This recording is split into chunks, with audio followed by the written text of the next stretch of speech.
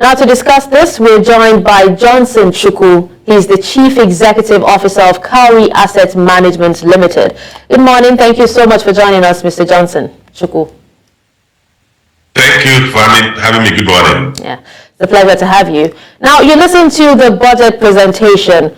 What are the key highlights or even significant allocations within President Tinubu's proposed 27.5 trillion naira budget for the 2024 fiscal year, particularly concerning sectors such as infrastructure, social welfare, and economic development? Well, if you look at the allocation, you will actually see that there seems to be emphasis on social development, infrastructure, security, healthcare, education. But given the constraint we have in terms of revenue capacity of the government, in as much as some of them witness some increase in allocation compared to previous years, the allocations are still significantly lower than what is required to address the challenges in each of these sectors. Of course, that applies to every aspect of the economy.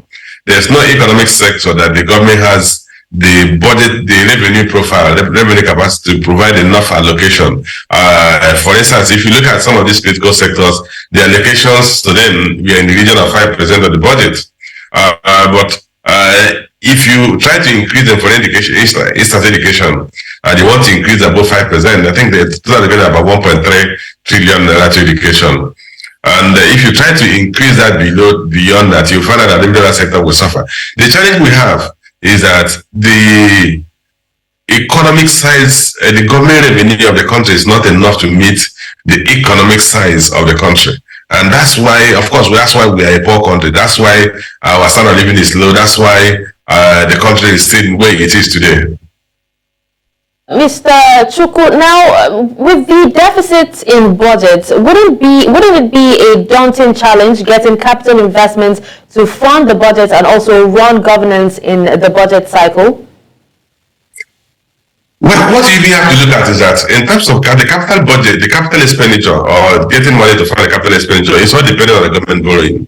Because if you consider the non-debt recorded expenditure of 9.92 trillion, if you add it to the debt service of 8.25 trillion, you're going to end up with about, I think about 18.17 trillion naira.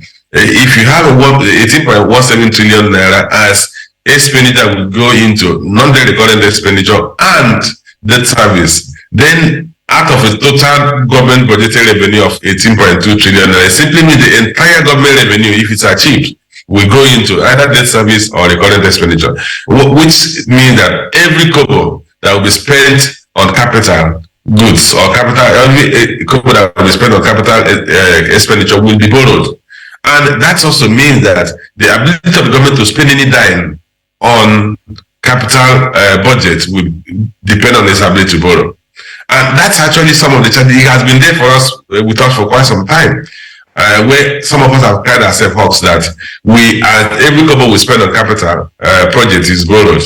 So if it is borrowed, then the next question you ask yourself is that shouldn't we look for another mechanism that the borrowing is not done by the government, the borrowing is done by the private sector, because the private sector has better ability to extract more value for money, or better value for money on the public sector. In public sector procurement, there are a lot of wastages which does not apply to private sector investment. And if we must borrow every kobo we are spending on capital expenditure, why don't we involve a mechanism that will allow private sector to invest some of this infrastructure, particularly those that are commercially viable, so that we reduce the amount of money the government is borrowing and reduce our debt service and debt obligations.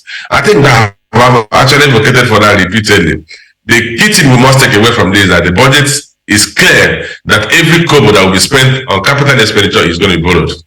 And that will mean that first we're able to meet our revenue profile so that we don't even borrow as well to meet recurrent expenditure. But the way it's looking at, if you look at last year's figure, where the president said that in September, total government revenue was about 8.2 trillion naira.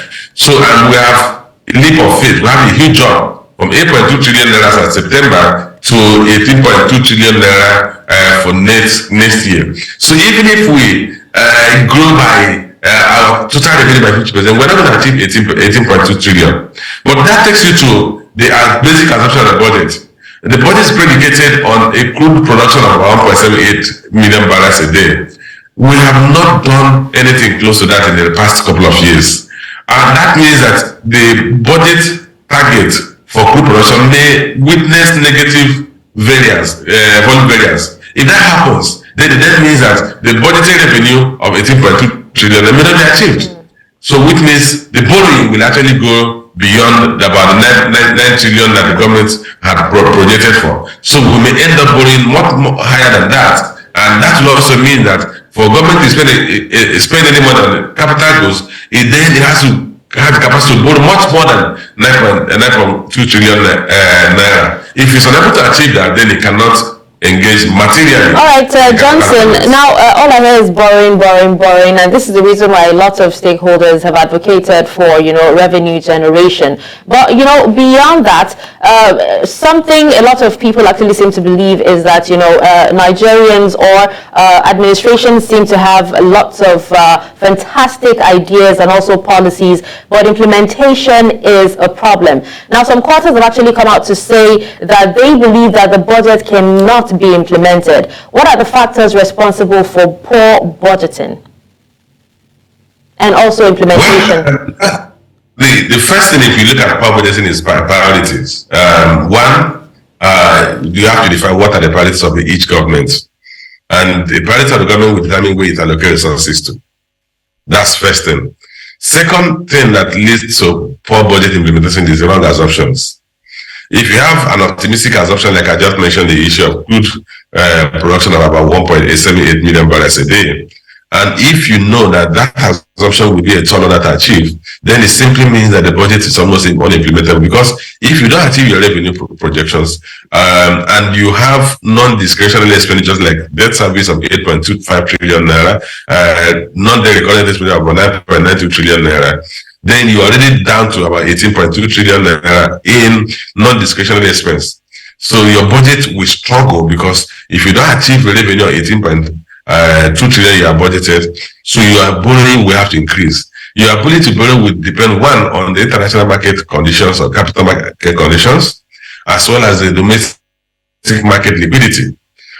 So if those conditions are not favorable, you will not be able to borrow enough. And if you borrow higher than you had projected, your cost of servicing debt will also increase. So this is build up, and you realize that, one, because you have made a wrong assumption, so you fail to achieve your revenue projection, you cannot fully implement your expenditure projection, particularly those expenditures are discretionary. And that's when you say the budget was not implemented. Well, thank you so much, Johnson Chukwu, for joining me on the news to discuss this. My pleasure.